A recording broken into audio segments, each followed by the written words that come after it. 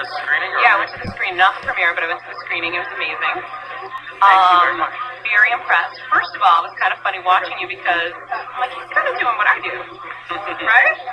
Well, my role, and I wanted to be very clear in this movie, was to, take the approach of a concerned citizen, really, because I'm truly not an expert in this issue whatsoever. I haven't devoted my life to the subject matter. I mean, I've been an actor, so it was taking that approach and really asking the questions that I think a lot of us are sensing in our environment. We notice that there's been a change in weather patterns. We've noticed that there's depletion in our resources and destruction of the rainforest, the pollution of our oceans. We notice all these things. So I really wanted to make the people who've devoted their lives to the subject matter the stars of the show, and really try to steer the course, I suppose, of the movie through my narration, but really pose the questions to these people and hear their reaction and have them be completely honest about it and pull no punches, because it's a very serious and scary subject matter. It really is. I saw an Inconvenient Truth. Did you, when you were doing this, was it before that or was it after? We've been working on it for 3 years now. Oh, wow. And it was a matter of condensing, hundreds and hundreds of hours of footage into an hour and a half. So you basically have to find that great soundbite from the scientist and try to mix those all together to formulate some sort of story and and you need a thread to go through.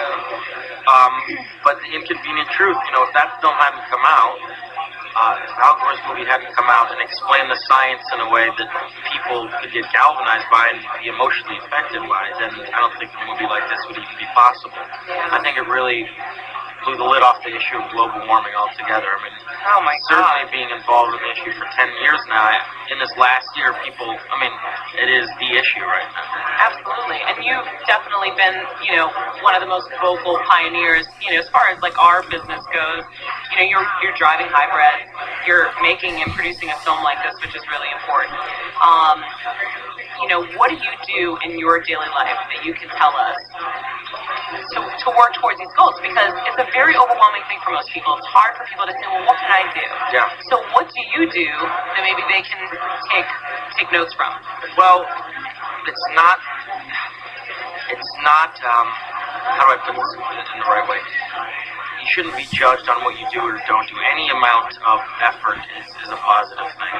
And you have to realize that your vote doesn't only count in the voting booth, but as a consumer, and that's what the film tries to highlight. I love that part. Every time you buy something, you're essentially endorsing the way that company does business. So if you buy a hybrid vehicle, or you buy energy-saving things, or appliances that are green, or buy green, essentially you are endorsing that technology or that business to go further, and that's what you can do as a consumer every day. But of course, not to sit here and sound like an expert, but ultimately it's going to have to come from our political systems to really make these changes just a part of our everyday life to the point where we don't even need to think about it anymore. At home, do you have recycle bins? Like, are you recycling your bottles and stuff? Are you buying? Do that? Yeah. Are you buying organic clothes? What do you do? I have a hybrid car. I have solar panels. I try to buy local every time I can, and you endorse these technologies. You buy green, basically.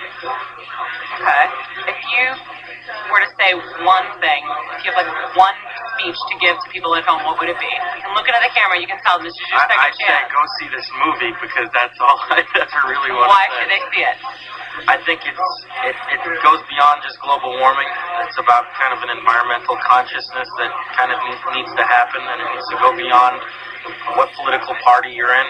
And this movie very much didn't try to blame anyone, no matter what political party you belong to. It's a human issue more than anything, and it's an issue that needs to be worldwide, and everyone needs to work together. And it's pretty daunting and pretty scary, but the good news, according to what these scientists and professors are saying, and people who have worked in this field for a long time, the technology is there, the solutions are there. It's just a matter of public opinion shifting into political policies and having corporations do the same. Yeah, exactly.